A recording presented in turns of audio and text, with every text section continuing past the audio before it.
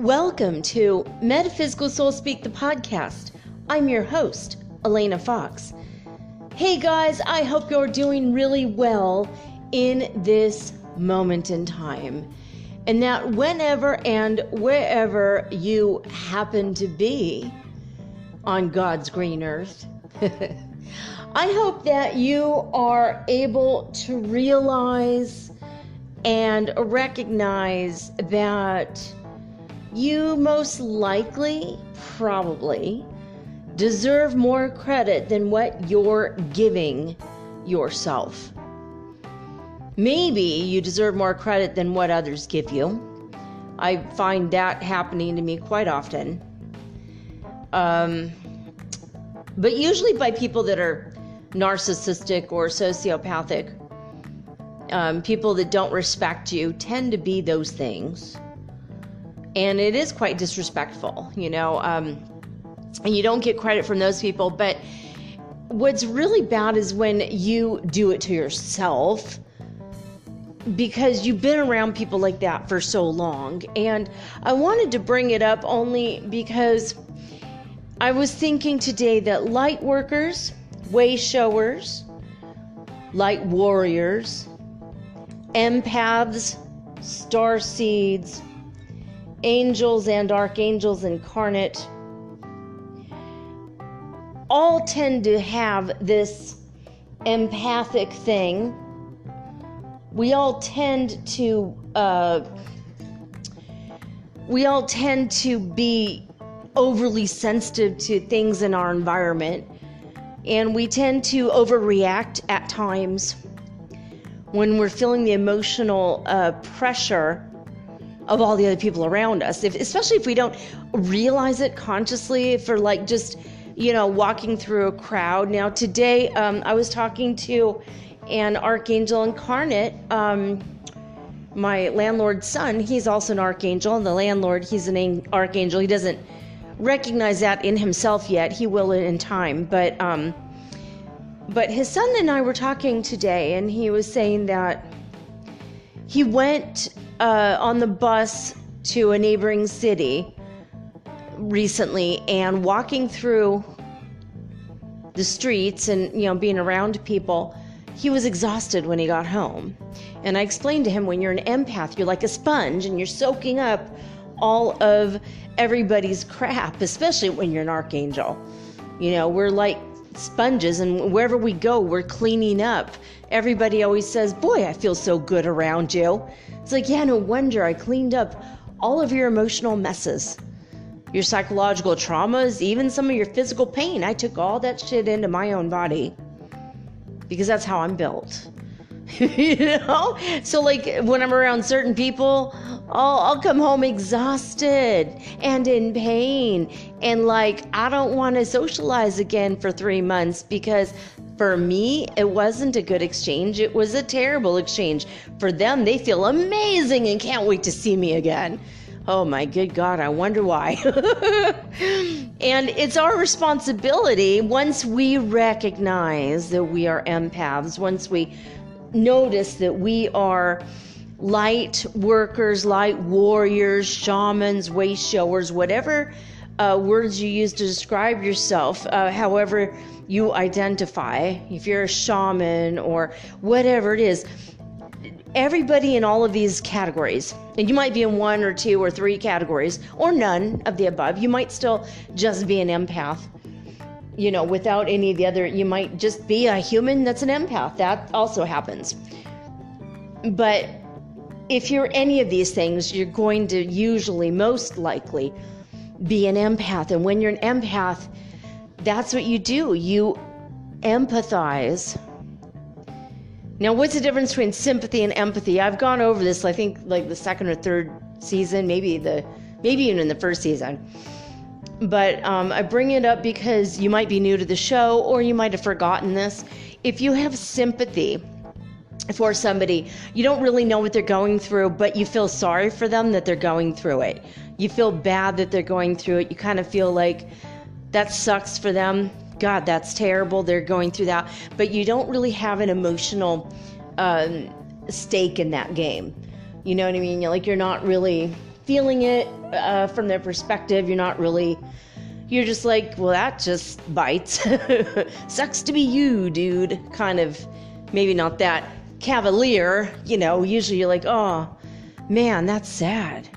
Wow, I'm sorry for you. And I think for me, sympathy is one step away from just pitying somebody. And nobody wants to be pitied. And pity it's not helpful. I've been pitied a lot. I've been pitied for, and this is to me hilarious. People here in Latin America tend to pity me because I'm single. I'm a 52-year-old woman. I should be married, having grandbabies already, and I agree, but it's not how life has been for me, and that's okay.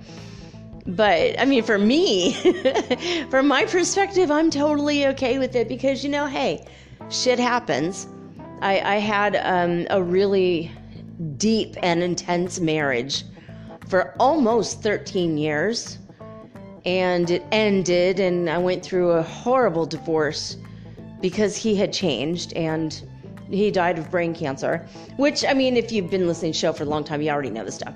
I'm over it. I mean, I've done my grieving for this, but I am not really interested in hopping into a relationship leading to marriage with a random person.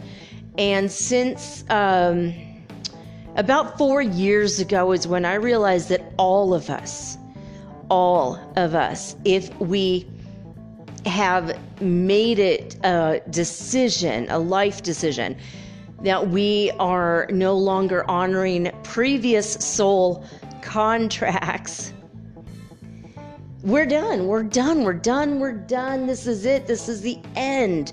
It's all she wrote. We are in Armageddon times. We are in apocalyptic times. And as I've mentioned every Friday, Armageddon simply means the end of one world and the beginning of a new world. And that's what we're doing. We're ending the 3D Earth and we're opening up the fifth dimensional Earth. That's what we're doing. And apocalypse just means the lifting of the veil. We're becoming more aware. And this person I was talking to earlier tonight was telling me, we were talking about the Adam and the Eve story when Eve and the serpent were having a conversation, and in that conversation she said, I can eat from any of the fruit in the garden, but I'm not allowed to eat from that tree over there, the forbidden tree of knowledge, because I would die if I do that. And the serpent said, oh, that's not true, something like that. That's a lie. That is a lie. Go ahead, eat the fruit, Eve, eat the fruit. Okay, I don't know how he did it. Anyway, Lucifer somehow, talked her into it, supposedly. Eat the fruit. And she did, and they were cast out of the garden forever and stuck on the death, birth, rebirth cycle like the rest of us. It's a metaphor. I don't believe it's a real story, although it could be a real story. It's a strange story because we're not the only humans. I mean, later on in this story, they go over a hill and they come upon a city full of people. It's like, I don't think they're, they weren't the first man and woman. How did they repopulate the earth so quickly without knowing about it? That's some alien abduction shit right there. But, Anyway, but we were talking about that whole free will thing, and what is the eating of the apple that's forbidden knowledge, but lifting the veil. That was a mini apocalypse. Eating of that apple. It was apocalyptic because she opened her eyes and saw beyond the veil. So, okay. And where was I going with that? So we are better than we believe ourselves to be. We're in the middle of this massive thing, the collective. We all have to work together, and all of those of us who are spiritually awake and in the process of awakening.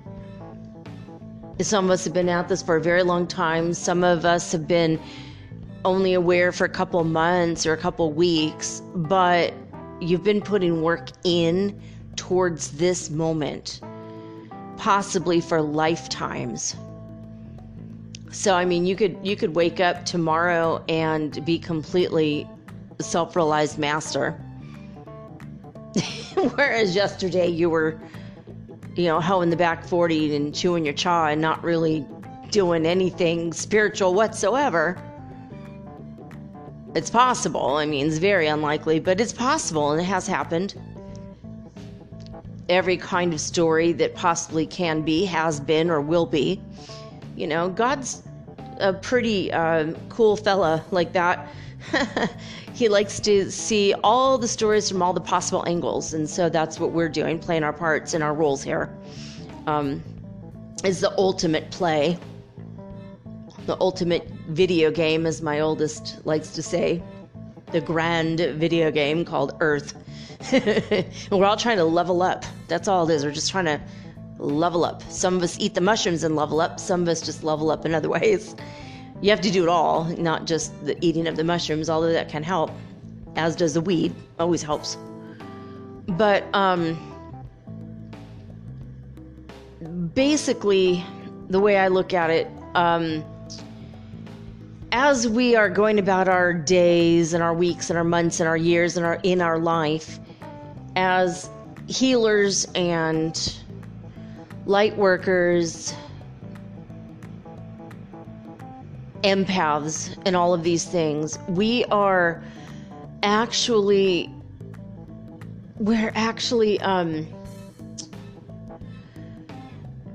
not giving ourselves credit, because all we're doing is we're caretakers for everybody else. We're walking around caretaking for everybody else. We're people pleasers, some of us. We're caretakers, most of us, if not all of us. We're doing everything we can to make everyone else's life easier so that they can awaken. We're doing our part for ourselves. We're learning only now self-care and, loving ourselves. We're only now learning it's okay to be genuine and true to ourselves and out loud and proud about who we truly are. And damn the masses if they don't understand, fuck them. I mean, this has been a long time coming, but it's only been coming around for the past, 4 or 5 years, maybe a little bit longer than that, where suddenly people are wanting to be genuine. They want to be telling the truth. I was molested as a kid and it fucking sucked, but you know what? I don't need to carry the shame of that or the weight of that. I don't need to carry that, because it's not my fucking fault. It's the person who molested me. It's their fault. The shame is on them. It's not on me. So we're learning to take all of this stuff off of us, and it's these kinds of things, being abused as children, emotionally or physically or even spiritually in some ways, being forced to believe we're sinners, being forced to believe that all other religion, everyone in every religion is going to hell except for the Christians, and then believing it and then condemning other people to hell our whole lives. Some of us went through that shit, believing other people are going to go to hell, or believing that you're going to hell because maybe you're secretly, in the LGBTQIA plus community, and then you grew up in a Christian household, you think I thought I was going to hell for sure. I'm bisexual. Well, yeah, I'm going to hell for sure, And for years, I wanted to kill myself over it. How could a loving God who made me this way want me to be condemned to hell because he made me the way that, you know what I mean? It makes no sense. All that Christian shit, it doesn't make any sense.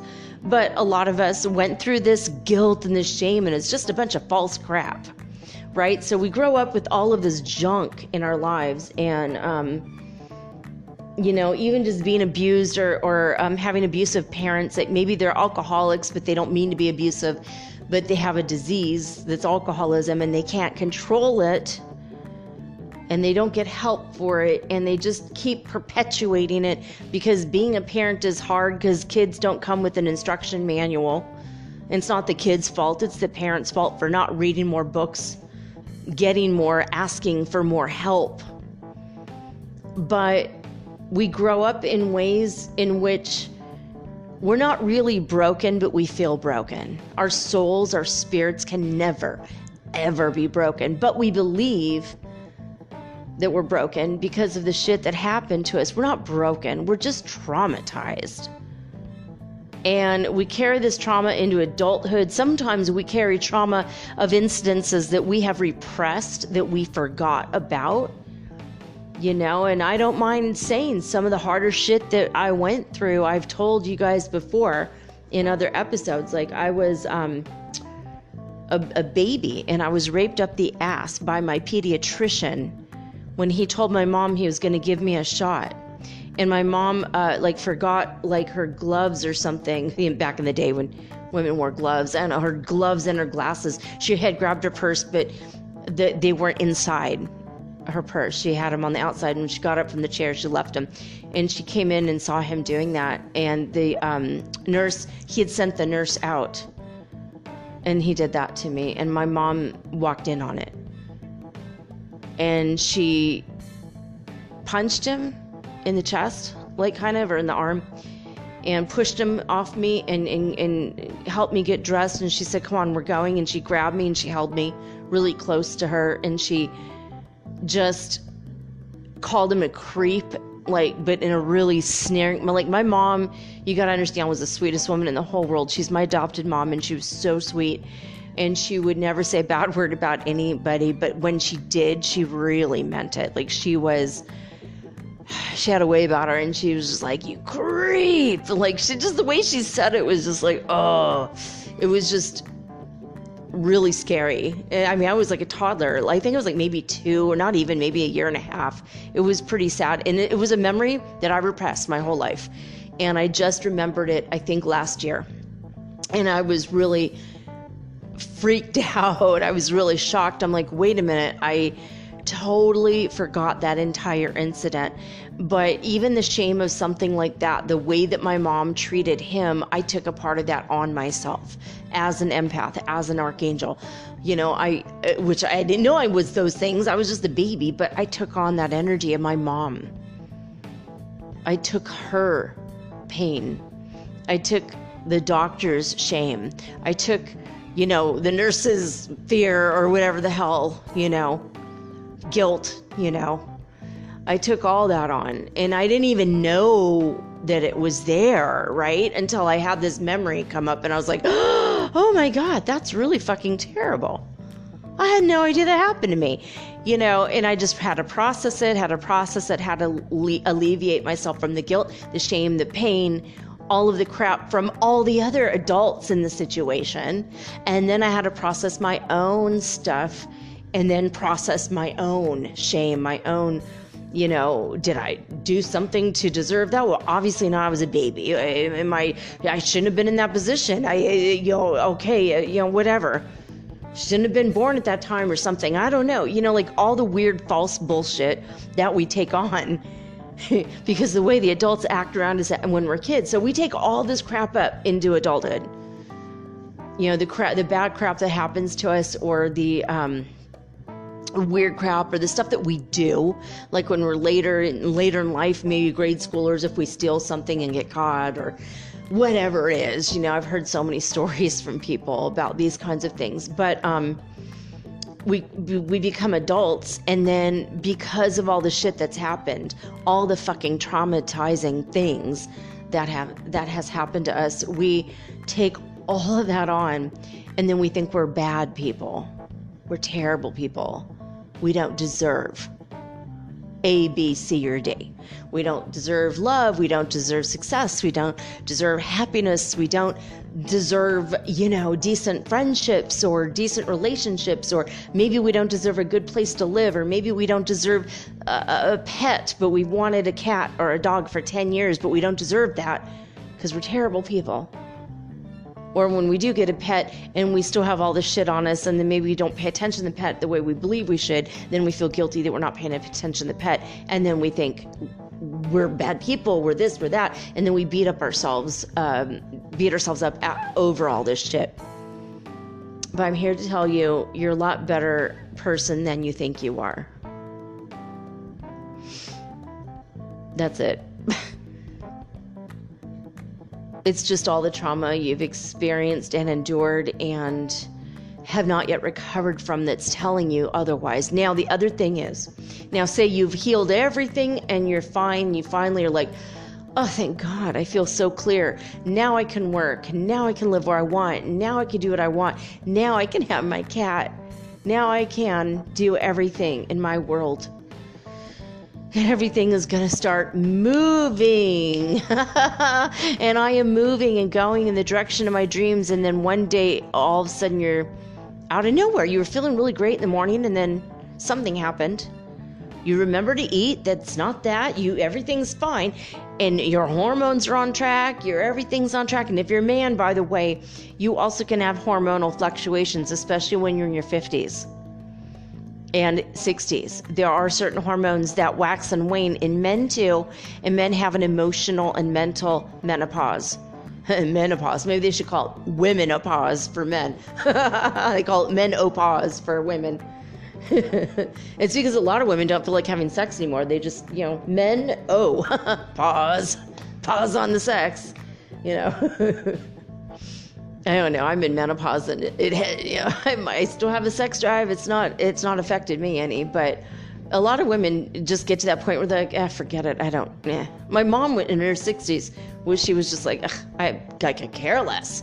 But I think that she had other stuff going on in her life, which I'm not going to talk about. But I feel like when everything is going great. Our hormones are fine. Everything is clear. We've remembered all the crap we needed to remember. We've cleared all the crap that did not belong to us. We've cleared all the crap that did belong to us. And we do recognize that we're good, beautiful, wonderful people who are always a work in progress. Remember, you're a whip. I'm a whip. We're all a whip. If you were not a whip, you wouldn't even be here. A whip is, of course, a work in progress, a WIP. Okay, we're all whips.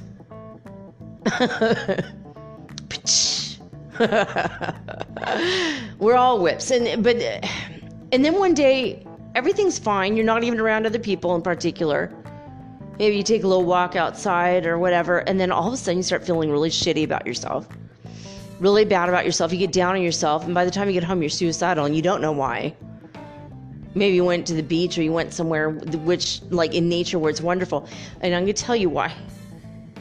Sometimes, it's not all the time, but sometimes you might get a spirit attachment. You might have a ghost that's around you feeling that. But if it's none of those things, it could be a demon telling you these shitty things. These terrible, terrible, shitty, crappy things. Because that's what demons do. They want you to believe that you are a worthless piece of crap and deserve to die. That's what, so there are some demons that are specifically there to undermine your self-esteem and your self-confidence. And there are demons that will talk you into suicide or trying, and there are demons that try to create a lot of chaos and drama. And the demon's purpose in this schematic is to tempt you into doing things you should not be doing, But if you did not want to be doing those things, you would not be tempted. So, for example, if you hate alcohol, you hate the flavor, you hate the taste of it, it's gross to you, you don't like the way it makes you feel, and you aren't tempted by it at all, you're not going to have an alcohol demon telling you drink, drink, drink, drink, drink. You're not going to get that. People that are alcoholics or about to become alcoholics, that have a predisposition for that because they love to get drunk, are surrounded by demons that are telling them always to drink, that are influencing all the people around them to encourage them to drink, until the day comes when the person says, I think I'm over that addiction and I'm no longer an alcoholic and I don't want to drink any longer. And then that demon gets bored and goes home to hell. Or they go to the next alcoholic and they continue to tempt the next alcoholic. So it's the same thing with mental crap as well. You know, like we have certain brain drugs. If you watch What the Bleep Do We Know, which I highly recommend, it's on Netflix, it's on Gaia, it's on YouTube. You could just go buy a copy of it at online, you know, eBay or Amazon, you know, used or new. Or I think if Blockbuster is still around. No, they're not. I'm not Blockbuster.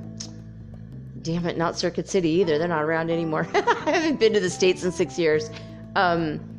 Best Buy, that's what I was trying to say. Best Buy. I have a Best Buy card. They better not go out of business. If I ever go back there, I still have my Best Buy card. I think I have points or whatever on their system.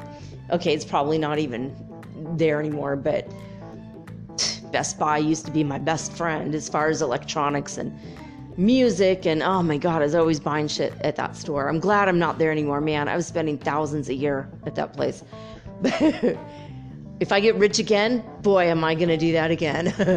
For sure. I love that place. I'll go back to the States and buy a bunch of movies and cool stuff. But yeah, so where was I going with the Best Buy thing? Yeah, so yeah, What the Bleep Do We Know is that Best Buy also. So in that movie, they describe what the neurotransmitters in our brain do when we are addicted to bad emotions about ourselves. So we start to beat ourselves up and we get ourselves into a frenzy emotionally, but there's stuff going on in our brains and we're literally addicted to feeling bad. We get addicted to anxiety, we get addicted to negativity, we get addicted to depression, we get addicted to beating ourselves up, we get addicted to all that negative crap, and that becomes a part of our brain. You know, it just becomes a part of our brain. So we have to unravel it, undo it, turn that around, and feel great about ourselves again. So if you've done all that and then you start feeling bad one day, suicidal out of nowhere, it's a suicide demon, basically, the suicidal demon trying to get you to start thinking super bad about yourself and drag you all the way down to the pits of despair and eventually the pits of hell. You know, metaphorically speaking, and eventually, actually speaking, if you succeed, you know, if you succeed, then you might actually put yourself in hell there for a while until you get out of that despair. And then when you get out of it, that demon, as soon as you talk yourself completely out of it, that demon will never affect you again because now you have healed that part of yourself. That's all demons are there for. They're to help you with the parts of yourself that have forgotten God and forgot that you are perfect and you're wonderful, you're marvelous. Those parts of you that forgot how fabulous and fantastic you are going to be tormented by the demons of hell until you recognize your fabulousness all over again. And how do you do that? You love yourself, self-care. You bring yourself to a point where all you're thinking about is your spirituality and God, God, God. Source, source, source. Universe, universe, universe. Great Spirit. Great Spirit, Great Spirit, whatever you say, whatever your word is, Goddess, Divine Mother. and then nothing can affect you. Just bring yourself up in every possible way. Lift yourself up. Recognize you for who you are. You are God. You are. Because how could you not be 100% perfect? You know, if you're stuck on earth, you're probably not perfect in this way or that way and hemming and hawing on different things. Okay, fine, I get it. You know, I mean, don't beat yourself up for being 5 pounds or 50 pounds overweight. You know, it's just something you got to work on physically, but that's not an imperfection. That's just a body. It's just your body doing what your body does in reaction to how you ate or how your emotions were out of control. So you got to look at that. If you're less than 50 pounds overweight, did you know that that's an emotional thing? It's all related to emotions, usually. And if you're more than 50 pounds overweight, that's just a health issue, for the record. But usually the health issue, overweightness, starts with an emotional problem. So if you ever see anyone who's super heavy, they're not heavy set. They weren't set for life in that heavy way. You know, there's genetic predispositions, but there's also the genetic. It's not like people lost the genetic lottery. It's just that there are emotions and bad feelings handed down from generation to generation. Generational curses is what a lot of people call it. I've always thought a generational curse is when a witch actually cursed your family line. I've had to deal with that in several family lines. But generational curses could be like everybody is poor because they believe they're going to be poor in your family line. You know, good things never happen to us. We're just the working poor. We're the working folk. Nothing wrong with that. We're just working for, good things don't happen to folks like us. People like us, we're the Smiths, and the Smiths, this is how it is. Have you ever grown up hearing this kind of shit? This is generational curses too. Yeah, we can talk about that on another day maybe, but I just want you to know that no matter what, you are much better than you believe you are. You are a much better person than you believe you are. You are not your age, you are not your weight, you are not your hair, you are not your skin color, you are not your gender you were born with or, assigned at birth necessarily. You are not always a divine feminine in a female body. You could be a divine masculine in a female body. You could be a divine feminine in a male body.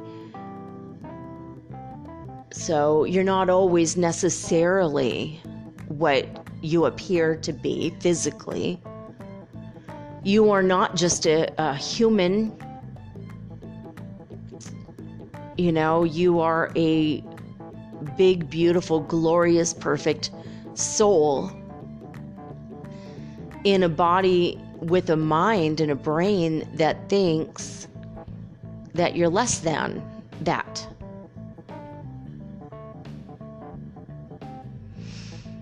You are loved, you are created by love, and there's nothing that can break that.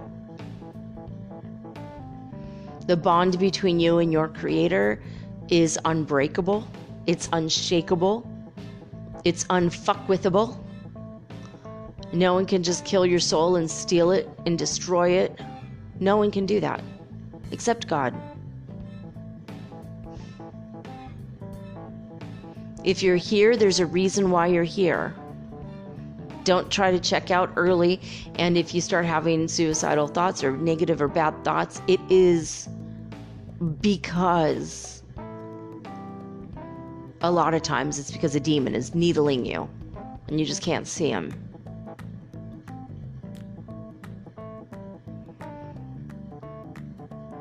So you're not a bad parent. You might be slightly neglectful sometimes or something, maybe you have done a couple things. You go, well, what about this? What about that? And you gathered up the evidence. Maybe you've been a parent for 15 years and you've had 3 bad days in 15 years. You're allowed. Okay, you're allowed to have a freak out or a scream fest for one day, or every now and again. It's hard to be a parent. It's hard to be a single parent if that's your sitch. I was a single parent after my husband went crazy, got abusive, and then died. So my kids weren't just traumatized because of the divorce. They weren't just traumatized because their dad died. They were traumatized because their dad literally traumatized them for years, tortured them emotionally and mentally for like 2 years. And then he died, and then we were like, what the fuck, When he died, my kids wholeheartedly believed that he did not love them. And I've been trying to convince them this whole time, no, he did love you. He was just crazy from the cancer because it was in his brain. He went crazy. That's not the man who became your father when you were born. That's the man who lost his mind first and then died, So, but these kinds of things happen to us as kids, or even as parents. Things happen to us and we start to believe shit about ourselves. Like, I remember that one time I yelled at my son and I made him sit in his room for a couple hours, like when he was so young, and I shouldn't have done that, Granted, he called me a bitch and spit in my face, but I was so angry I didn't know what to do. But I know he was angry about his dad, and I had to cool off. It took me 2 hours. It's like, yeah, I know you're 8 and I'm making you sit in your room for 2 hours, but I was furious that happened to me and my son. He's the only one that's ever made me as angry. He made me so angry sometimes, like, oh my God. But I love him with all my heart. I will never stop loving either one of my kids. They're both amazing people. They're still figuring themselves out. Like, I'm 52 trying to figure myself out. But I realize that I'm a much better person than I give myself credit for because of all the shit that's happened to me. I am not my trauma. You are not your trauma. You are not incidences that occurred on your bad days. You are not your bad days. Like Johnny Depp says, you're having a bad day. You're not having a bad life. It's a bad day, not a bad life. I think that's a quote. It's a bad day. It's not a bad life. And we can extend that to say, you had a few bad days, but you're not a bad person. You might have caused a few bad days, but that doesn't make you a bad person. Even if your mental health is less than perfect, that still does not make you a bad person.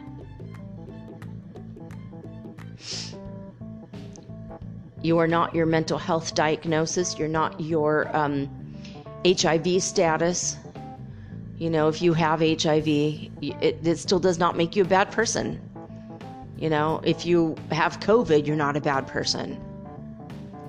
If you didn't get the vaccination because you thought it was scary and you didn't know what to believe because of the crazy hype both ways, and you just still kind of trying to figure it out, and you get COVID, that still does not make you a bad person. If you're an anti-vaxxer and you get sick, you're still not a bad person. We're all trying to figure this world out, and this world is crazy, and I get it. I still have not taken the vaccination. I don't know if I will. I wanted to at first, and now I'm like, I don't know. My kids got it, so I think I will get it because they seem to be fine, and I'll just pray for the best. But, but if we're all going to die because of it, I don't want to be in a world without my kids. So I figured, hey, I might take it. When God tells me to do it, I'm going to go do it. So, anyway, that's neither here nor there, really. But I want you to know that no matter what has happened in your world, in your life, what if you caused a dam to burst and thousands of people died, but it was an accident? Even that kind of a scenario does not make you a bad person. Maybe if you heard that a village in India got, collapsed under a whole mountain and you laughed about it instead of prayed for them, maybe that might make you a bad person for that moment. But there's got to be an underlying trauma that made you react that way. So you're still not a bad person. And I didn't do that, by the way. I just made that up. So actually, I was watching Modern Family, and there's this really funny scene where Cameron, the character Cam, fell into a baby pool while giving a really intense speech. And it was just like the juxtaposition. It was just like super funny. And Mitchell laughed at him, and he was really mad and in a snit. And then at the end of the episode, he saw Claire and Phil fall down a hill and roll down a hill, like, you know, next to their daughter's graduation. And he started laughing. He's like, you see, you're not better than me. I'm, you know, if I'm a bad person, you're a bad person too. And I wasn't thinking about that till right now, but it's the same thing. Like, you know, you might have a bad day or an off day, but you're still not a bad person, you know? I mean, unless you're an actual bad person going around causing people harm constantly on purpose and then laughing about it because you get a delight or a glee out of that. Then I would have to say maybe you're a bad person. But if that's who you are, you're not listening to this podcast anyway, right? So chances are, if you're listening to my podcast, you're probably a good person. That's kind of the way I look at it. Anyway, I want to get into this. We're going to read the first chapter of the Aquarian Gospel of Jesus the Christ tonight. It is not religious. So if you're anti-religion of any kind, don't panic. It's not religious. It is a spiritual book.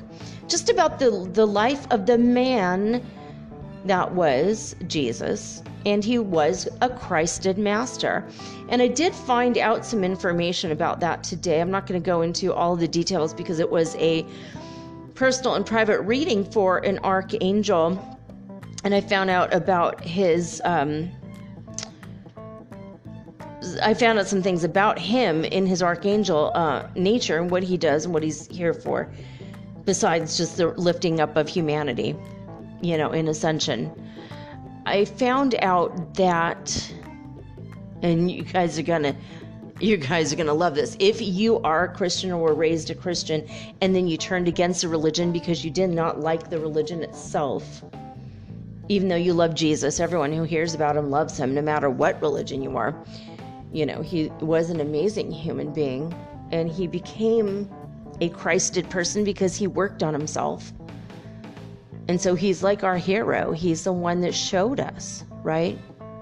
He's the one that showed us what we can become, what we will become as we strive towards our godlike self and stray away from our ideas about ourselves being less than perfect.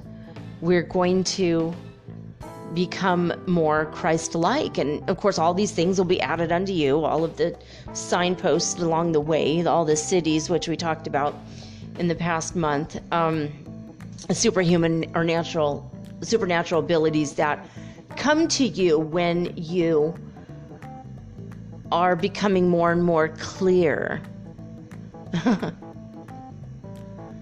And they just come automatically. And it's funny because when you get these new powers, you just don't even think about it because you're just focused on God. You know, a lot of the saints had them, you know, because they were clear. They were a clear reflection of the one will, the primal will to good, the one source of all things, the prime creator, right? So anyway, Jesus was the example of this, and he told us all, you can do all this and more. And he would say, I am the Christ. It wasn't his last name, you know, it's not like Jesus Smith. You know, we're not, you know, if his name had been Jesus Smith, would we go around going, I can't wait to have Smith consciousness? No. I keep saying this name, and I don't know anybody with this last name right now. In my past, I knew some people. I met two people, their last names were Smith, and they were not related at all, but they ended up getting married, so I thought that was pretty funny. But anyway, neither here nor there. It happened in my family too. My dad and his, and not my dad, but his great-great-grandparents, they were both last named Allen. One from the north and one from the south in Ireland. They were both Irish. But kind of funny, right? And they were like, so my great-great-grandmother, when she got married, never had to change her name. Go figure. But, so anyway, where am I at with this? I'm like becoming quite overwhelmed with pain out of nowhere. Sorry about this, guys. This is just another, it's just another ascension symptom, and my jaw is starting to have a lot of pain. Anyway, okay, so this is what I learned today. The Christ energy that Jesus had, and a lot of spiritual masters have, that had to become a religion only because, and his life had to be picked out among all the other masters' lives, because he was an excellent, clear example of the Christ light energy. And when that became a religion, that became the impetus and the carrier of the knowledge of the Christ energy, the Christ light, the Christ consciousness. And the religion carried it. It's one of the biggest, if not the biggest religion in the whole wide world. I haven't checked lately. I think it is the biggest religion in the whole world, which was meant to be this way. But the reason is because we needed to all have heard the word Christ, and what we associate with it is this man who became the Christ. And he was a perfect example of what we need to be. Now, was he a bad person? No, he was not. Did he do bad things? He did a couple things that were questionable. In anger, turning over a table when people are trying to do their business, he could have just gone about it in a different way. So did he have an angry outburst? Yeah, he did. So even Jesus himself was not really a perfect man. He's a perfect example of the Christ, but he wasn't a perfect man.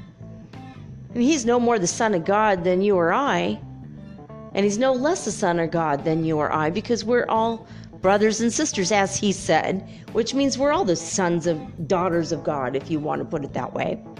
It's just one way of looking at it. But anyway, he also cursed a fig tree that never produced fruit again. That's black magic, first of all.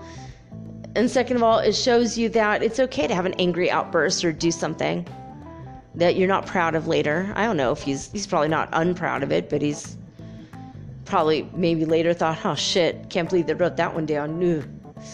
You know, it's embarrassing to get angry like that. I don't know if he's embarrassed by it or not, but just for the record, if you're thinking you're not a good person because you have an angry outburst, well, Jesus did. But what we're going to read tonight, though, we're going to start the Akashic Records. We're going to see the true story of him.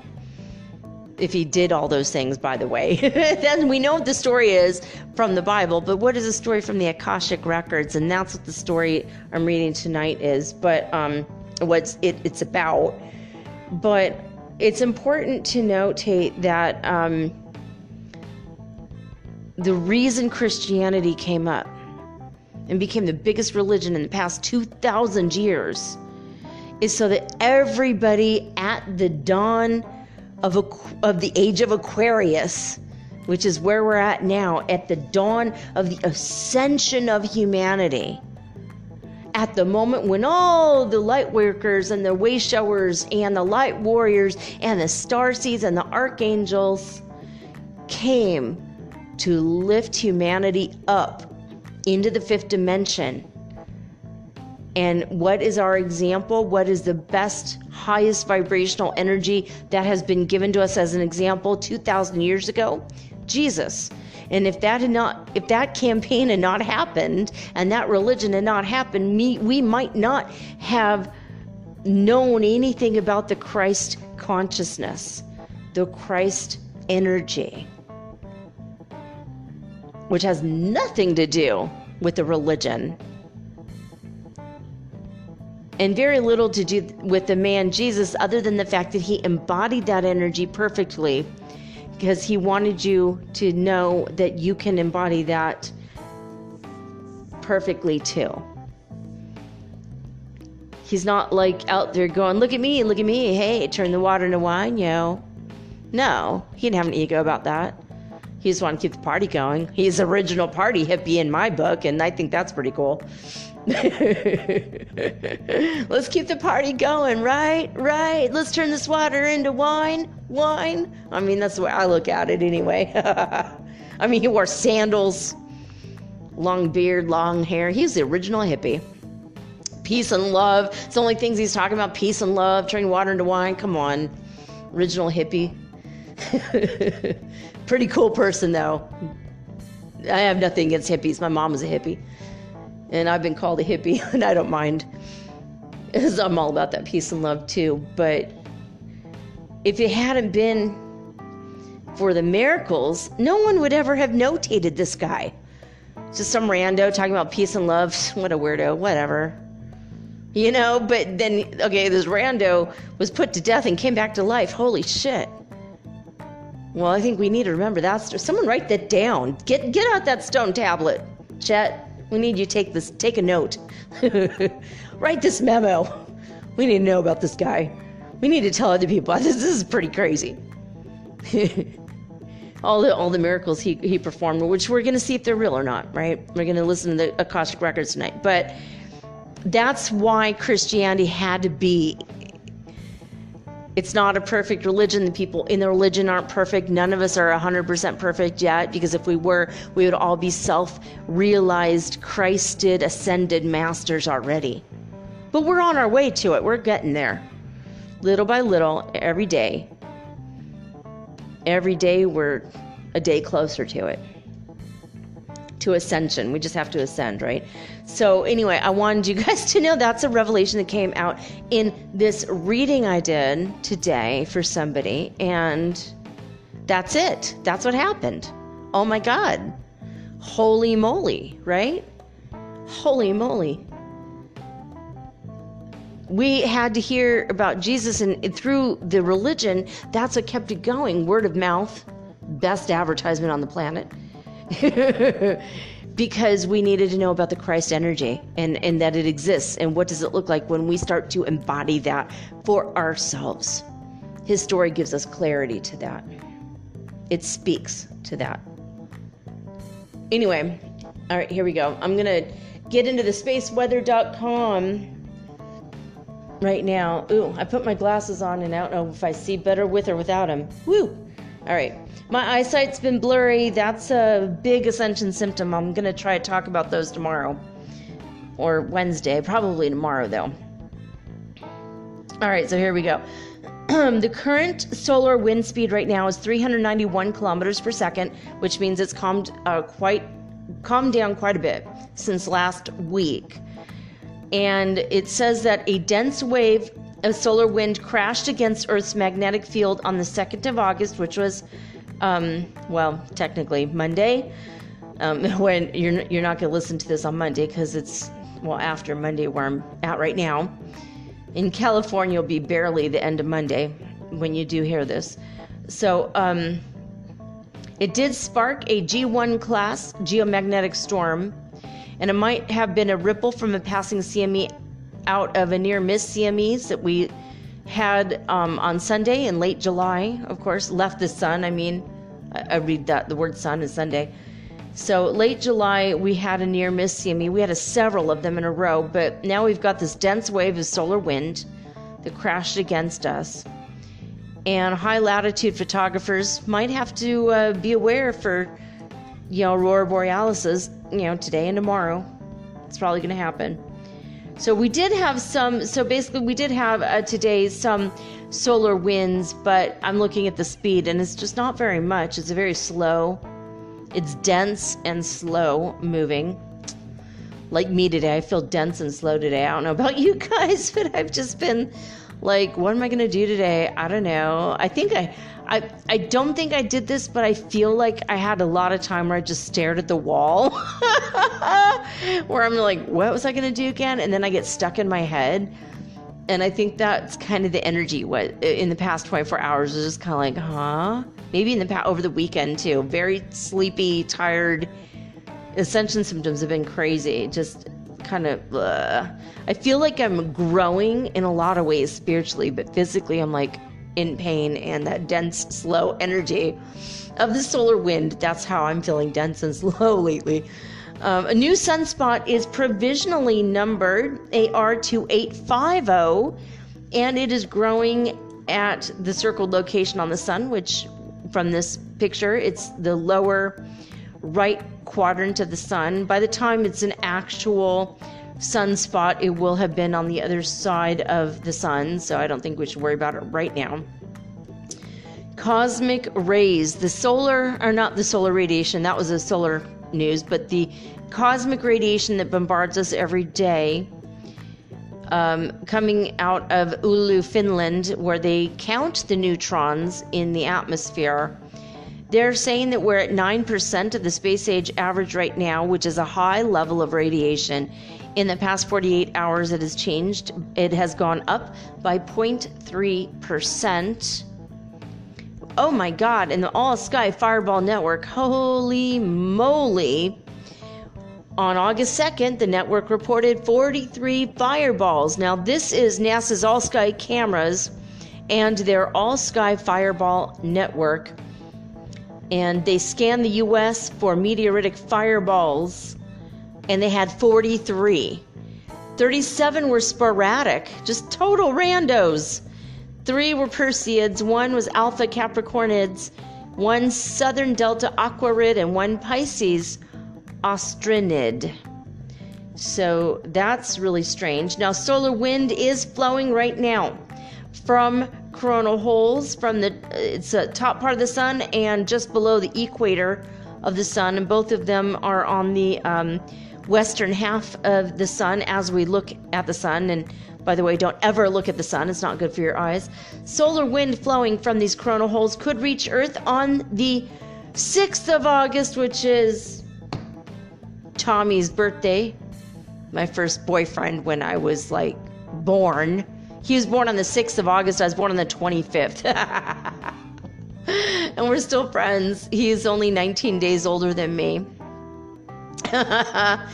And he's never let me forget it. My little sister Tina, she's 8 years younger than me, but also the 6th of August, that's her birthday too. So this is a good reminder that I need to tell 2 people happy birthday this week. Oh my God, my birthday's coming up. My cat's birthday is coming up on the 13th. So, all right, so there we go. But we have solar wind flowing. So remember, so that's on, say, Tuesday, Wednesday, Thursday, Friday. By Friday, we will have solar wind hitting us again, which is good. I just feel like it's a nice warm fuzzy blanket. It's a nice warm hug from the sun.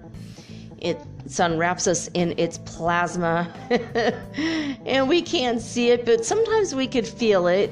It feels energetically. It's on an energetic level. You have to be sensitive to energy, but I think it gives me a lot of energy where I feel like running and jumping and dancing. And when we don't have solar wind, I just feel like blah. But when the solar wind hits, I get really energized from it. I don't know why. It's kind of strange. Anyway, let's go to the Schumann Resonance news now. If we go over to disclosurenews.it, the only thing I see is power 12. So not a whole lot. The spike there is only 12. 7.83 is the Schumann Resonance baseline. It's never been, scientists have not moved it up yet. I suspect someday they will. I don't know what the criteria for that is. Now, on Friday, I wanted to let you know there was a very high number in Alberta, Canada. According to heartmath.org, the Heart Math Institute website, they reported that on Friday at 8 o'clock in the morning in Alberta, Canada, they had 425 hertz frequency was a Schumann resonance. That is a wild fluctuation.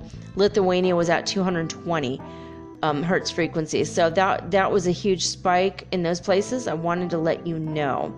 So, all right, now, the closest to right now, so the soonest or most recent news coming from the Schumann Resonance page, the GCMS magnetometer on heartmath.org. This is what the news is. At the 2300 hour on Saturday, July 31st, California was at 141 hertz frequency. Hofu, Saudi Arabia, was at 153 hertz frequency. Lithuania was at 209 hertz frequency. Alberta, Canada was at 288 hertz frequency, also might be 88. There's your angel number. 71 hertz frequency was in Northland, New Zealand. Last but not least, Honolulu, South Africa, 125 hertz frequency. All right, guys, I'm going to take a quick break. When I come back, we're going to be reading the first chapter of the Aquarian Gospel of Jesus the Christ by Levi right after this.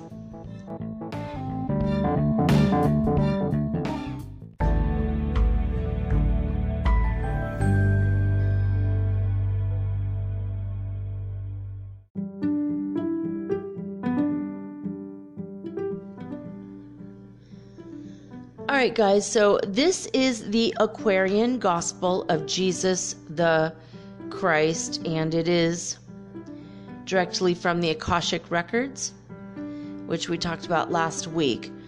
So we are on section 1, Aleph, A-L-E-P-H. Aleph is the first letter in the Hebrew alphabet, and it relates to the Fool card in the tarot. Doesn't say that, but now you know. So section 1, Aleph, birth and early life of Mary, mother of Jesus. Chapter 1, Palestine, birth of Mary, Joachim's feast. Mary is blessed by the priests. His prophecy. Mary abides in the temple, is betrothed to Joseph. Augustus Caesar reigned, and Herod Antipas, was ruler of Jerusalem. 3 provinces comprised the land of Palestine. So the 3 provinces in Palestine are Judea, Samaria, and Galilee. Joachim was a master of the Jewish law, a man of wealth. He lived in Nazareth of Galilee, and Anna, in the tribe of Judah, was his wife. To them was born a child, a goodly female child, and they were glad. And Mary was the name they gave the child. Joachim made a feast in honor of the child, but he invited not the rich, the honored, and the great. He called the poor, the halt, the lame, the blind, and to each one he gave a gift of raiment, food, or other needful thing. He said, "The Lord has given me this wealth. I am his steward by his grace, and if I give not to his children when in need, then he will make this wealth a curse." Now, when the child was 3 years old, her parents took her to Jerusalem, and in the temple she received the blessings of the priests. The high priest was a prophet and a seer, and when he saw the child, he said, "Behold, this child will be the mother of an honored prophet and a master of the law. She shall abide within this holy temple of the Lord." And Mary did abide within the temple of the Lord. And Hillel, chief of the Sanhedrim, taught her all the precepts of the Jews, and she delighted in the law of God. When Mary reached the age of womanhood, she was betrothed to Joseph, son of Jacob, and a carpenter of Nazareth. And Joseph was an upright man and a devoted Essenes. It says a devoted Essenes. I think a devoted Essene, but he's part of the Essenes, E-S-S-E-N-E-S, which was a religious movement at the time. And so basically, Jesus comes from the Jewish part from his mother, and the Essenes from his father.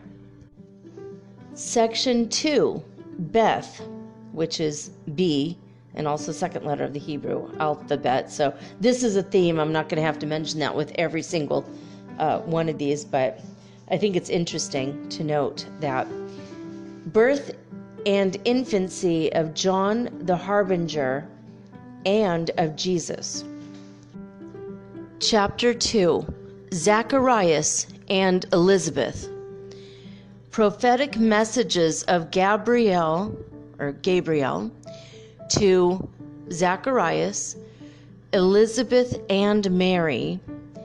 Birth of John, prophecy of Zacharias. Near Hebron, in the hills of Judah, Zacharias and Elizabeth abode. They were devout and just, and every day they read the law, the prophets, and the Psalms, which told of one to come, strong to redeem, and they were waiting for the king. Now, Zacharias was a priest, and in his turn he led the temple service in Jerusalem. It came to pass, as Zacharias stood before the Lord and burned the incense in the holy place, that Gabriel came and stood before his face. And Zacharias was afraid. He thought that some great evil was about to come upon the Jews. But Gabriel said, "O man of God, fear not. I bring to you and all the world a message of goodwill and peace on earth. Behold, the Prince of Peace, the King you seek, will quickly come. Your wife will bear to you a son, a holy son, of whom the prophet wrote. Behold, I send Elijah unto you again before the coming of the Lord. And he will level down the hills and fill the valleys up, and pave the way for him who shall redeem. From the beginning of the age, your son has borne the name of John, the mercy of the Lord. His name is John. He will be honored in the sight of God, and he will drink no wine, and from his birth he will be filled with holy breath." And Gabriel stood before Elizabeth as she was in the silence in her home, and told her all the words that he had said to Zacharias in Jerusalem. When he had done the service of his course, the priest went home, and with Elizabeth rejoiced. 5 months passed by, and Gabriel came to Mary in her home in Nazareth, and said, "Hail Mary, hail! Once blessed in the name of God, twice blessed in the name of holy breath, thrice blessed in the name of Christ, for you are worthy, and will bear a son, who shall be called Emmanuel. His name is Jesus, for he saves his people from their sins." When Joseph's daily task was done, he came, and Mary told him all the words that Gabriel spoke to her. And they rejoiced, for they believed that he, the man of God, had spoken words of truth. And Mary went with haste to tell Elizabeth about the promises of Gabriel. Together they rejoiced. And in the home of Zacharias and Elizabeth did Mary tarry 90 days, and then she returned to Nazareth. To Zacharias and Elizabeth a son was born, and Zacharias said, "Most blessed be the name of God, for he has opened up the fount of blessings for his people, Israel. His promises are verified, for he has brought to pass the words which holy prophets spoke in olden times." And Zacharias looked upon the infant John and said, You will be called the prophet of the Holy One, and you will go before his face and will prepare his way. And you will give a knowledge of salvation unto Israel, for you will preach the gospel of repentance and the blotting out of sins. Behold, for soon the day star from on high will visit us, to light the way for those who sit within the darkness of the shadowland, and guide our feet unto the ways of peace. Chapter 3. Birth of Jesus. Masters honor the child. The shepherds rejoice. Zacharias and Elizabeth visit Mary, and Jesus is circumcised. The time was nearly due for Jesus to be born, and Mary longed to see Elizabeth. And she and Joseph turned their faces toward the Judean hills. And when upon their way they came to Bethlehem, the day was done, and they must tarry for the night. But Bethlehem was thronged with people going to Jerusalem. The inns and homes were filled with guests. Joseph and his wife could find no place to rest but in a cave where animals were kept, and there they slept. At midnight came a cry, "A child is born in yonder cave among the beasts," and lo, the promised Son of Man was born. And strangers took the little one and wrapped him in dainty robes that Mary had prepared, and laid him in a trough from which the beasts of burden fed. 3 persons clad in snow-white robes came in, and they stood before the child and said, "All strength, all wisdom, and all love be yours, Emmanuel." Now on the hills of Bethlehem were many flocks of sheep, with shepherds guarding them. The shepherds were devout, were men of prayer, and they were waiting for a strong deliverer to come. And when the child of promise came, a man in snow-white robe appeared to them, and they fell back in fear. The man stood forth and said, "Fear not. Behold, I bring you joyful news. At midnight, in a cave in Bethlehem, was born the prophet and the king that you have long been waiting for." And then the shepherds all were glad. They felt that all the hills were filled with messengers of light, who said, "All glory be to God on high. Peace, peace on earth, goodwill to men." And then the shepherds came with haste to Bethlehem and to the cave, that they might see and honor him, whom men had called Emmanuel. Now when the morning came, a shepherdess whose home was near prepared a room for Mary, Joseph, and the child, and here they tarried many days. And Joseph sent a messenger in haste to Zacharias and Elizabeth to say, "The child is born in Bethlehem." All right, guys, I had to pause it just at that moment because I had to blow my nose. I am having allergies suddenly out of nowhere. But when I paused it, I just have to mention, I paused it at 12 minutes and 25 seconds in, which is Christmas, 12:25. Oh my God, that's the day that Jesus was born. I mean, you can't make this up. I feel him with me right now. Brother Yeshua, you with me? Yeah. He is with me. All right, so here we go.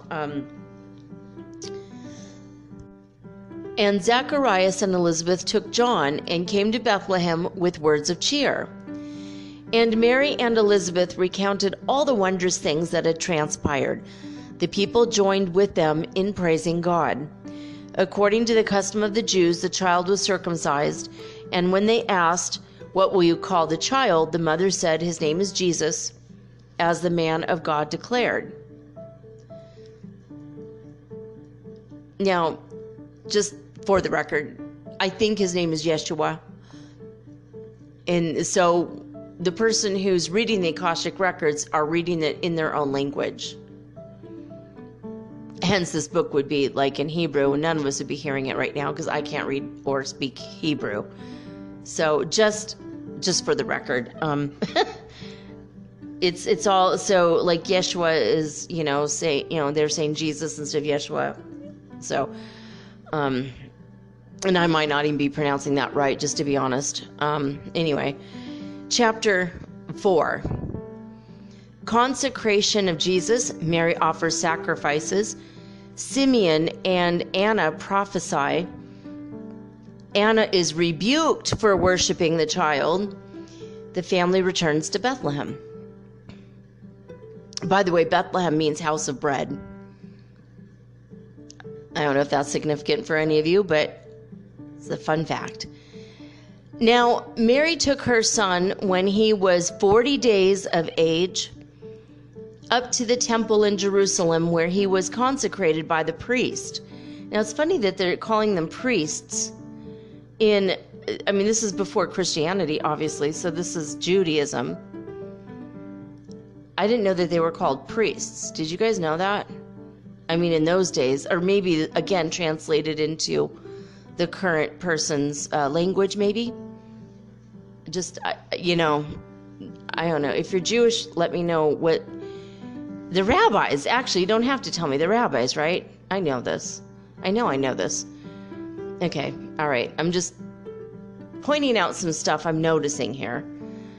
All right, so anyway, so he was consecrated by the priest, and then she offered purifying sacrifices for herself, according to the custom of the Jews, a lamb and two young turtle doves. That's crazy. I didn't know that they sacrificed doves. Very strange, right? Okay, well, we're going to keep reading. A pious Jew named Simeon was in the temple serving God. From early youth, he had been looking for Emmanuel to come, and he had prayed to God that he might not depart until his eyes had seen Messiah in the flesh. And when he saw the infant Jesus, he rejoiced and said, I now am ready to depart in peace, for I have seen the King. And then he took the infant in his arms and said, Behold, this child will bring a sword upon my people, Israel, and all the world, but he will break the sword, and then the nations will learn no more. Oh boy, how wrong he was. But, okay. See, people had so many ideas about Jesus that wasn't, All right, anyway, let's keep reading on. So, the Master's cross I see upon the forehead of this child, and he will conquer by this sign. That gave me kind of a strange feeling. And in the temple was a widow, 84 years of age, and she departed not, but night and day she worshipped God. Very interesting. 84. So she's 84 years old, and she worshiped God day and night. And when she saw the infant Jesus, she exclaimed, Behold Emmanuel!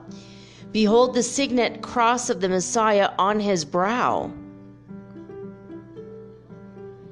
And then the woman knelt to worship him as God with us, Emmanuel. But one, a master, clothed in white, appeared and said, Good woman, stay. Take heed to what you do. You may not worship man. This is idolatry. This child is man, the Son of Man, and worthy of all praise. You shall adore and worship God. Him only shall you serve. The woman rose and bowed her head in thankfulness and worshiped God.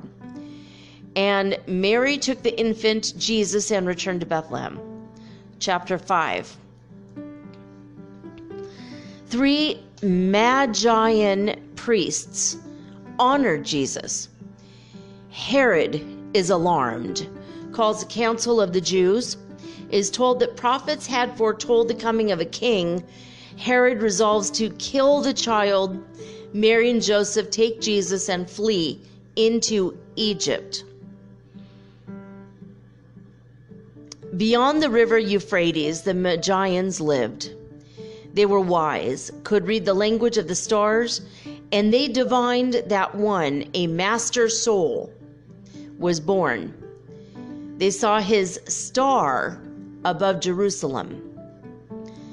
And there were 3 among the Magi and priests, Magian, Magian priests, who longed to see the master of the coming age, and they took costly gifts and hastened to the west in search of him, the newborn king, and they might honor him, that they might honor him. And one took gold, the symbol of nobility, another myrrh, the symbol of dominion and of power.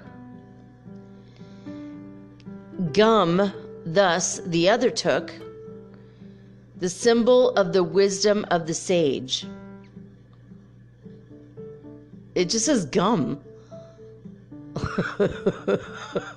Like big red or trident.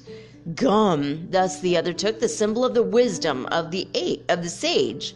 Interesting. All right, so these are symbols of nobility, dominion and power, and sage. This is quite different than what it says in the Bible, right? The story has gotten quite twisted. They didn't show up at his birth. He's over 40 days old already. So then the guys decide to show up. Interesting, right? And he wasn't in he was in a cave, not... It's all quite different. I'm loving this. I hope you guys are enjoying this. All right, let's get back into it. Now when the Magians reached Jerusalem, the people were amazed and wondered who they were and why they came. And they asked, Where's the child that has been born a king?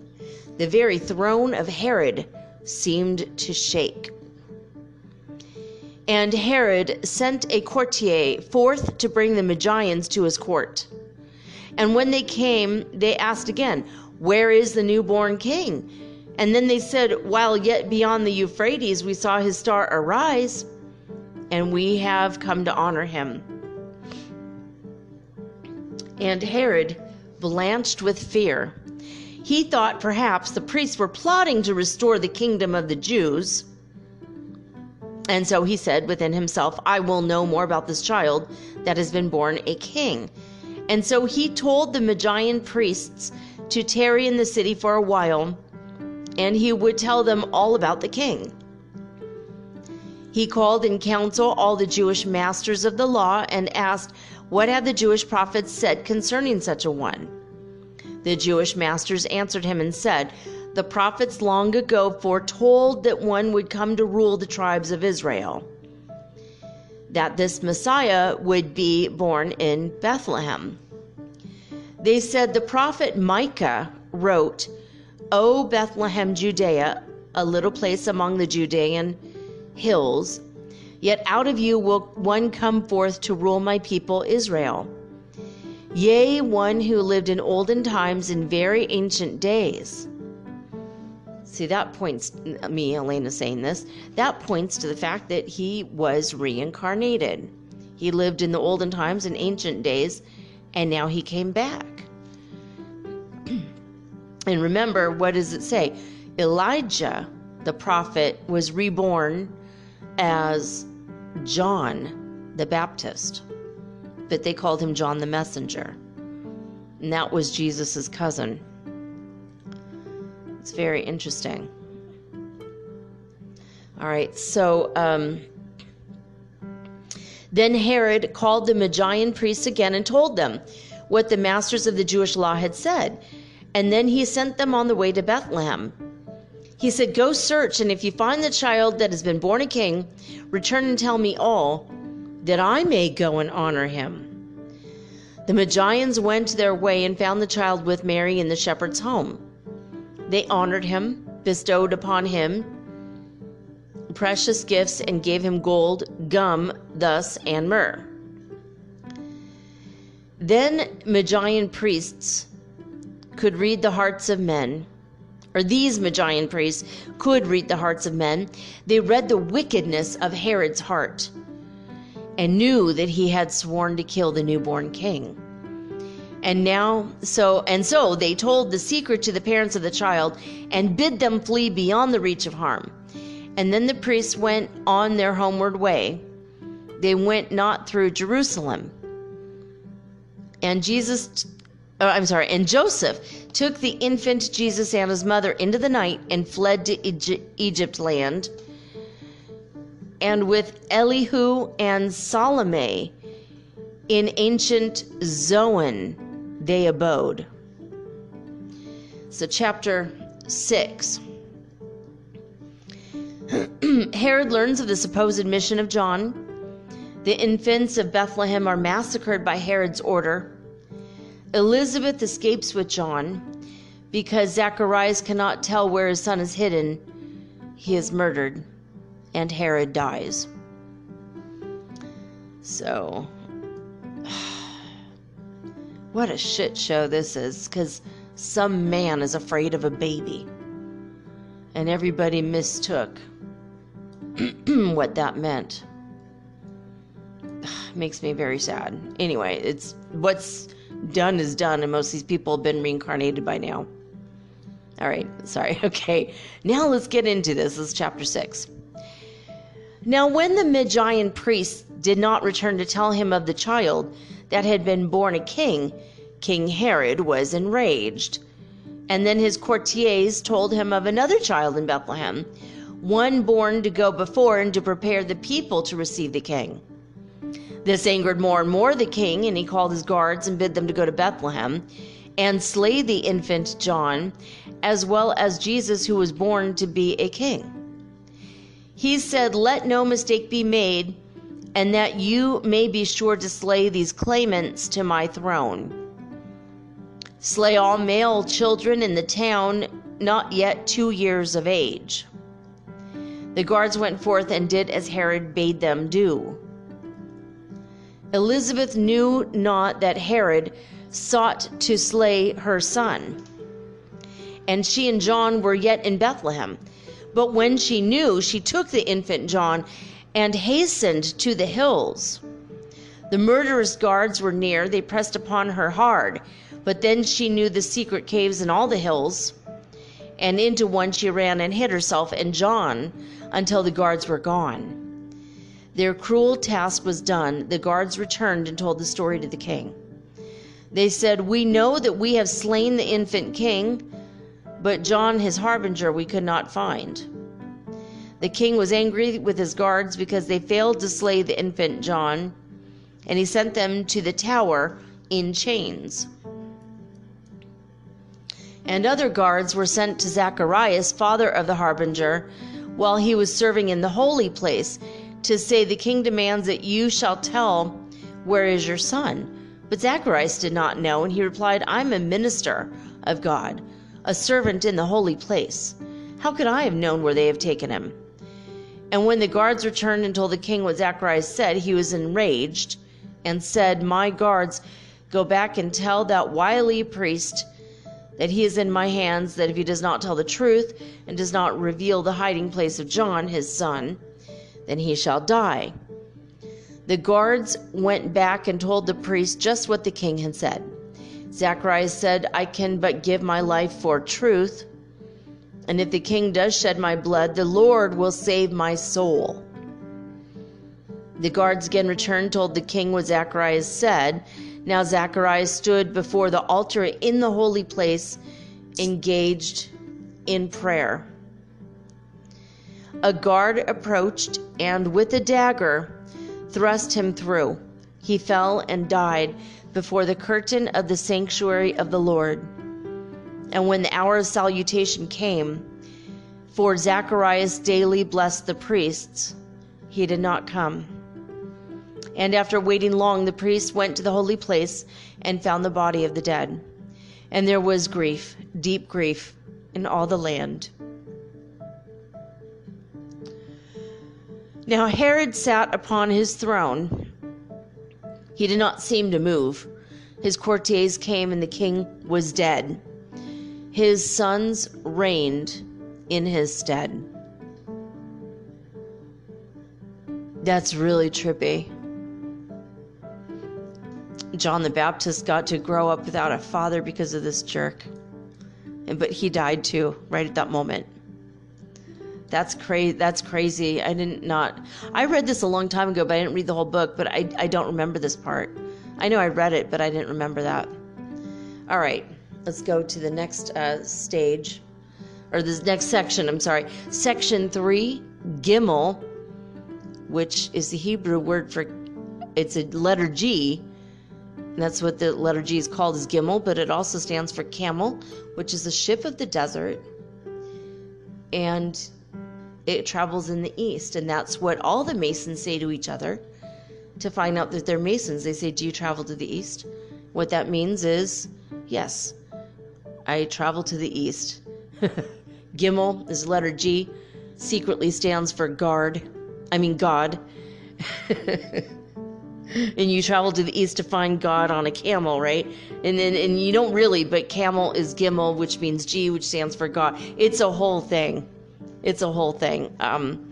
I learned all this in my mystery schools that I attended, and anyway, the letter Gimel looks like a camel with his head turned backwards to look behind him. It's very strange. It's strange when you see it in the letter. It's very interesting. The Hebrew letters are very sacred, and they have multiple meanings. Education of Mary and Elizabeth in Zoan. That's spelled Zoan. Chapter 7. Archelaus reigns, maybe that's Archelaus, I don't know, Archelaus. Archelaus reigns. Mary and Elizabeth with their sons are in Zoan and are taught by Elihu and Salome, Salome, and Elihu is spelled Elihu. Elihu's introductory lesson tells of an interpreter. The son of Herod, Archelaus, reigned in Jerusalem. He was a selfish, cruel king. He put to death all those who did not honor him. Oh, sounds like an extreme narcissist. Sorry, that's not in the Akashic records. That's my 2 cents. Sorry about that. Okay. He called in council all the wisest men and asked about the infant claimant to his throne. The council said that John and Jesus both were dead. Then he was satisfied. Now Joseph, Mary, and their son were down in Egypt in Zoan, and John was with his mother in the Judean hills. Elihu and Salome sent messengers in haste to find Elizabeth and John. They found them and brought them to Zoan. Now Mary and Elizabeth were marveling much because of their deliverance. Elihu said, "It is not strange. There are no happenings. Law governs all events. From olden times it was ordained that you should be with us, and in this sacred school be taught."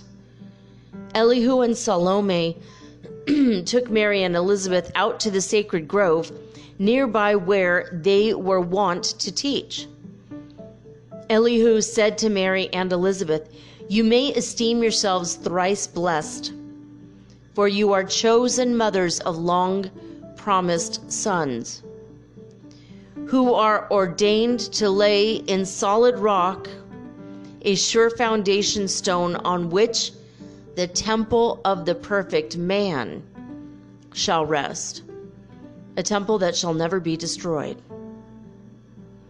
We measure time by cycle ages, and the gate to every age we deem a milestone in the journey of the race. An age has passed, the gate unto another age flies open at the touch of time. This is the preparation age of soul, the kingdom of Emmanuel, of God in man. And these, your sons, will be the first to tell the news and preach the gospel of goodwill to men and peace on earth. A mighty work is theirs, for carnal men want not the light. They love the dark, and when the light shines in the dark, they comprehend it not. We call these sons revealers of the light. But they must have the light before they can reveal the light. And you must teach your sons and set their souls on fire with love and holy zeal,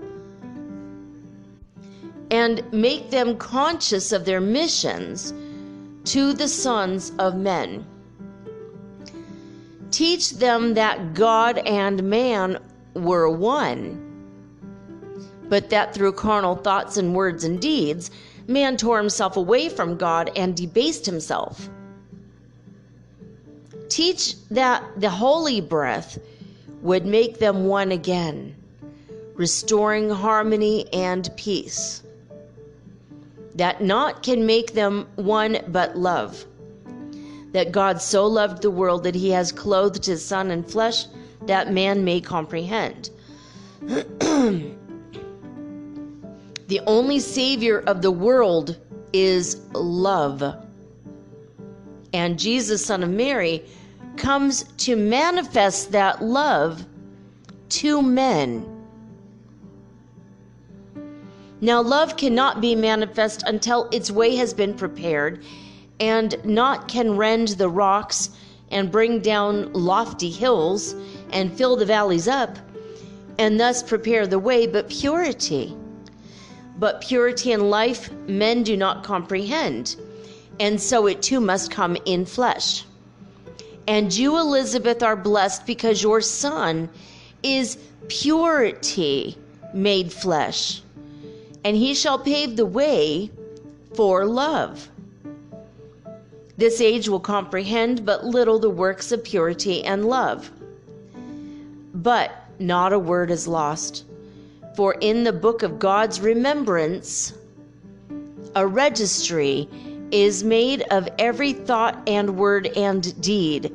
And when the world is ready to receive, lo, God will send a messenger to open up the book and copy from its sacred pages all the messages of purity and love.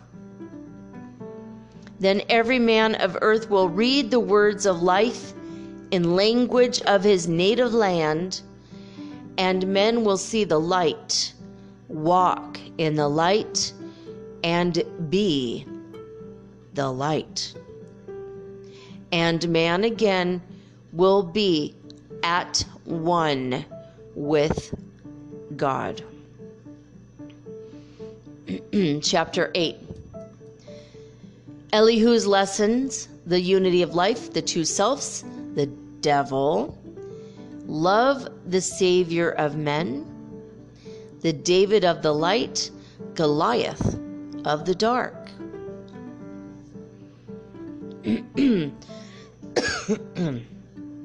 Again, Elihu met his pupils in the sacred grove and said, "No man lives unto himself, for every living thing is bound by cords to every other living thing.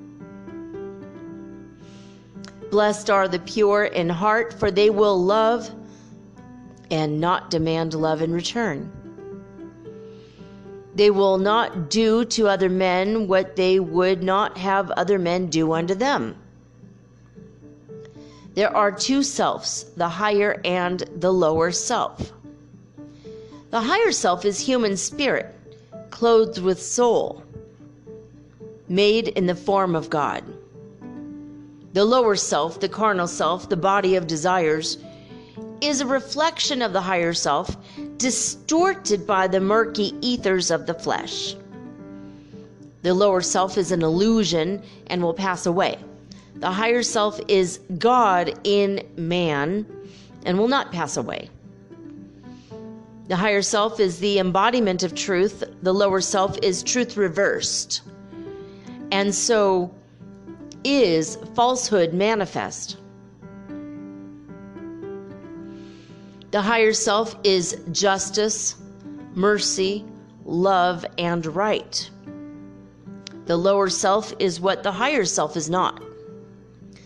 The lower self breeds hatred, slander, lewdness, murders, theft, and everything that harms. The higher self is mother of the virtues and the harmonies of life.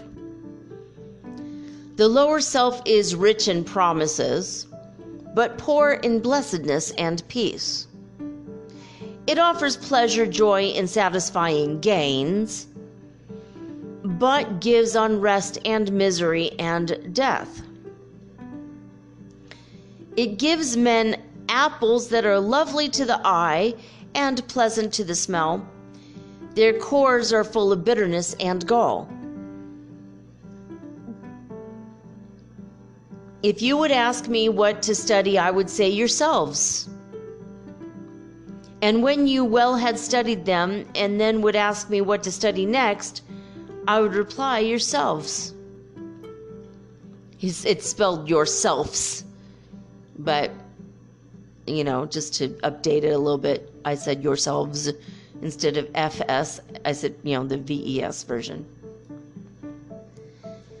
He who knows well his lower self knows the illusions of the world, knows of the things that pass away, and he who knows his higher self knows God, knows well the things that cannot pass away. Thrice blessed is the man who has made purity and love his very own. He has been ransomed from the perils of the lower self and is himself his higher self. Men seek salvation from an evil that they deem a living monster of the nether world, and they have gods that are but demons in disguise, all-powerful yet full of jealousy and hate and lust, whose favors must be bought with costly sacrifice of fruits and of the lives of birds and animals and humankind. And yet these gods possess no ears to hear, no eyes to see, no heart to sympathize, and no power to save. This evil is a myth. These gods are made of air and clothed with shadows of a thought. The only devil from which men must be redeemed is self, the lower self. If man would find his devil, he must look within. His name is self.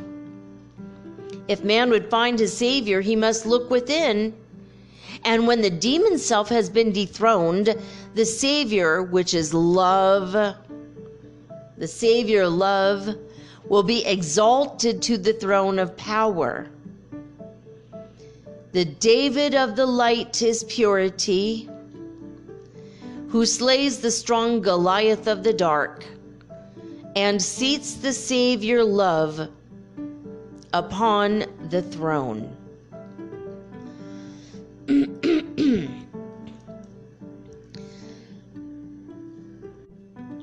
Chapter 9. Salome's lessons, the man and the woman, philosophy of human moods, the triune God, the septenate, the God Tao, T-A-O. Salome taught the lesson of the day. She said, all times are not alike. Today the words of man may have the greatest power. Tomorrow, women teaches best. In all the ways of life, the man and woman should walk hand in hand. The one without the other is but half. Each has a work to do. But all things teach. Each has a time and season for its own. The sun, the moon, have lessons of their own for men, but each one teaches at the appointed time. The lessons of the sun fall down on human hearts like withered leaves upon a stream, if given in the season of the moon. and so with the lessons of the moon and all the stars. Today, one walks in gloom, downhearted and oppressed. Tomorrow, that same one is filled with joy. Today, the heavens seem full of blessedness and hope. Tomorrow, hope is fled, and every plan and purpose comes to naught. Today, one wants to curse the very ground upon which he treads. Tomorrow, he is full of love and praise. Today, one hates and scorns and envies and is jealous of the child he loves. Tomorrow, he has risen above his carnal self and breathes forth gladness and goodwill. 1,000 times men wonder why these heights and depths, these light hearts, and these sad are found in every life. They do not know that there are teachers everywhere, each busy with a God-appointed task and driving home to human hearts the truth. But this is true, and everyone receives the lessons that he needs. And Mary said, "Today I am in exaltation great. My thoughts and all my life seem lifted up. Why am I thus inspired?" Salome replied, "This is a day of exaltation, day of worship and of praise, a day when in a measure we may comprehend our Father God. Then let us study God, the one, the three, the seven. Before the worlds were formed, all things were one, just spirit, universal breath. And spirit breathed, and that which was not manifest became the fire and thought of heaven, the Father God, the Mother God. And when the fire and thought of heaven in union breathed, their Son, their only Son, was born. This Son is love, whom men have called the Christ. Men call the thought of heaven the holy breath. And when the triune God breathed forth, lo, 7 spirits stood before the throne. These are the Elohim, creative spirits of the universe. And these are they who said, "Let us make man," and in their image man was made. In early ages of the world, the dwellers in the farther east said, Tao, T-A-O, Tao is the name of universal breath. And in the ancient books we read, no manifesting form has Tao great, and yet he made and keeps the heavens and earth. No passion has our Tao great, and yet he causes sun and moon and all the stars to rise and set. No name has Tao great, and yet he makes all things to grow. He brings in season both the seed time and the harvest time. And Tao great was one.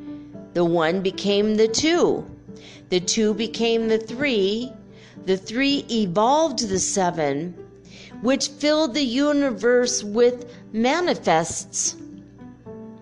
And Tao great gives unto all, the evil and the good, the rain, the dew, the sunshine, and the flowers.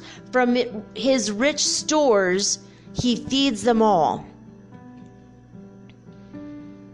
And in the same old book we read of man. He has a spirit knit, K-N-I-T, like knitting. He has a spirit knit to Tao great, a soul which lives within those 7 breaths of Tao great, a body of desires that springs up from the soil of flesh.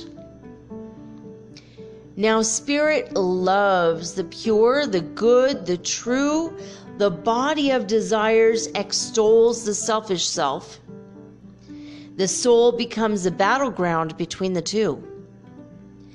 And blessed is the man whose spirit is triumphant and whose lower self is purified, whose soul is cleansed, becoming fit to be the council chamber of the manifests of Tao Great. Thus closed the lesson of Salome. Okay, quick note. Who wrote about the Tao and the Tao Te Ching but Jesus himself in a past life? The person reading this Akashic record did not read the person who wrote the Tao Te Ching, Lao Tzu. But that is the same exact spirit. Because it was from a different culture, they would not have had, a Chinese person coming back around into the Middle East, right? Where Jesus, Bethlehem and Nazareth and all these places. So it's interesting to me to note that. And how do I know this? I know this from a saint that I knew. She might have been a master, I'm not sure. And that is Grandma Reverend Marion Jones, who is a dear friend of mine. And, by the way, who lived with me in the life in which Jesus lived, as Jesus, Yeshua. She and I were his cousins. We're probably not mentioned at all in this book because we were kind of like background people at the time. But we were there and witnessed this whole thing and loved him dearly, of course. We loved the whole family dearly, of course. They were our family. Anyway, I wanted to notate that. I thought that was very interesting. I think I have time to read chapter 10, and that's where we will end it today. I like that they're short chapters. I feel like I'm accomplishing something great. Okay, chapter 10. Elihu's Lessons, the Brahmic Religion, Life of Abraham, Jewish Sacred Books, the Persian Religion. Okay, now we're getting somewhere. Elihu taught, he said, in ancient times the people in the East were worshippers of God. The one whom they called Brahm, B-R-A-H-M. Their laws were just. They lived in peace. They saw the light within. They walked in wisdom's ways. But priests with carnal aims arose, who changed the laws to suit the carnal mind, bound heavy burdens on the poor, and scorned the rules of right. And so the Brahms became corrupt. But in the darkness of the age, a few great masters stood unmoved. They loved the name of Brahm. They were great beacon lights before the world. And they preserved inviolate, L-A-T-E.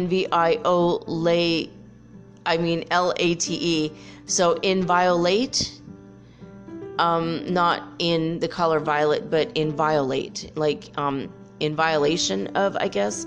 They preserved inviolate the wisdom of their holy Brahm.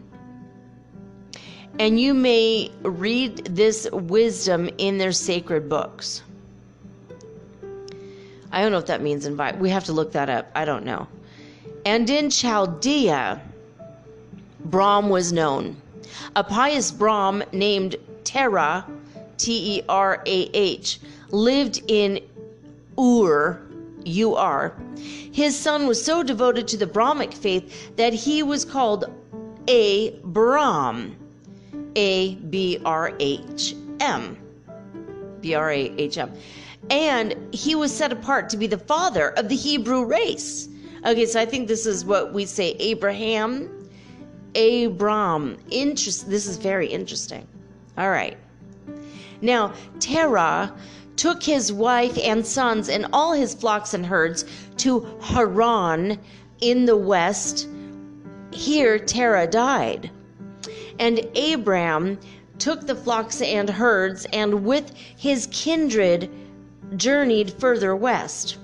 And when he reached the oaks of Morah, Morah, in the land of Canaan, he pitched his tents and there abode.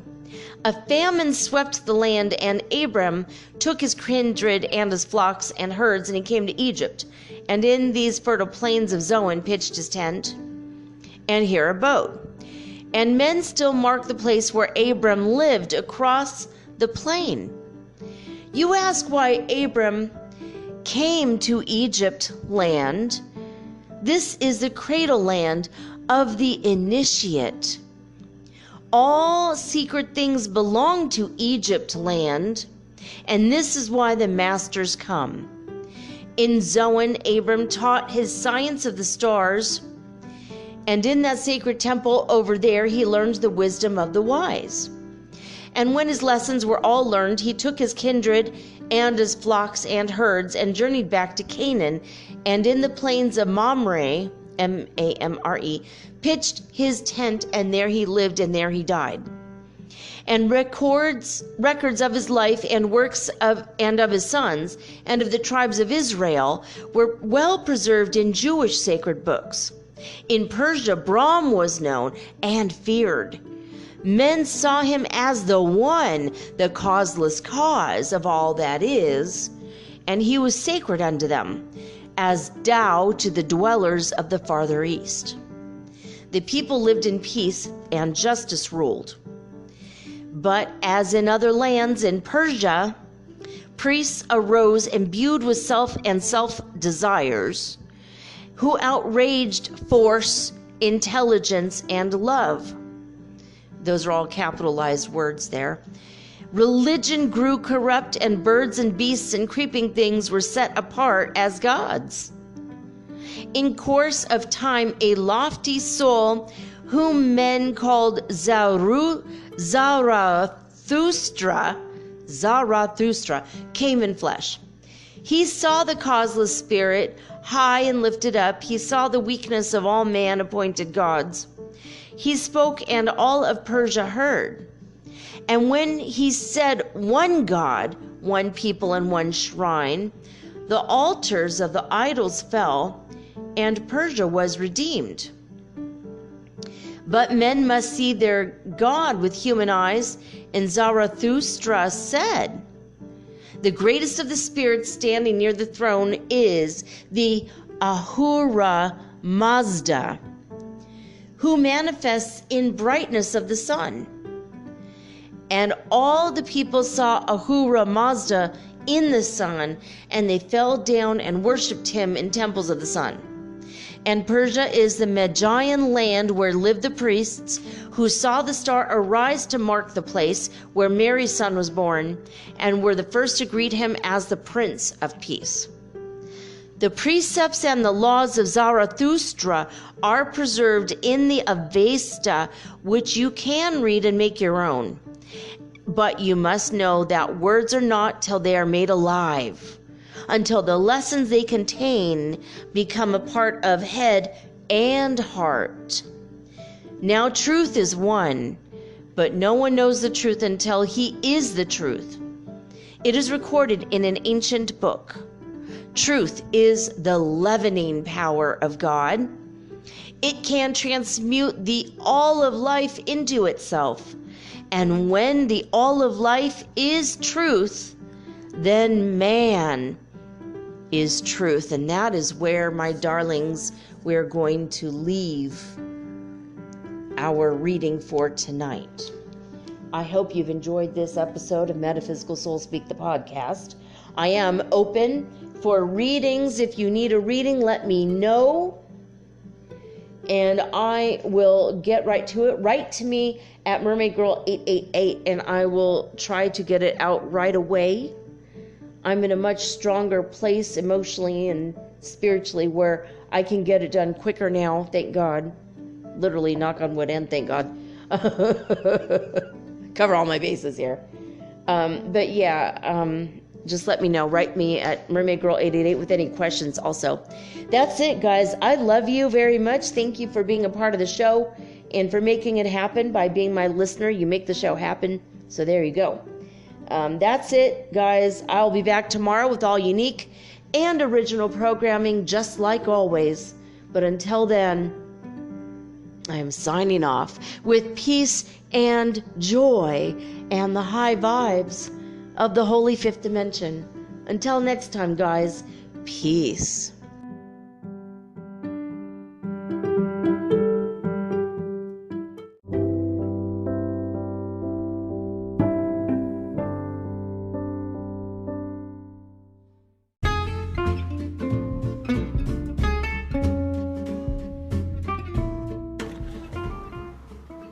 Metaphysical Soul Speak is run on sponsors and listener support.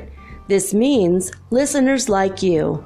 If you are so inclined to support my efforts and my little podcast, please visit me at anchor.fm/metaphysical and pledge an amount of your choosing today. Thank you.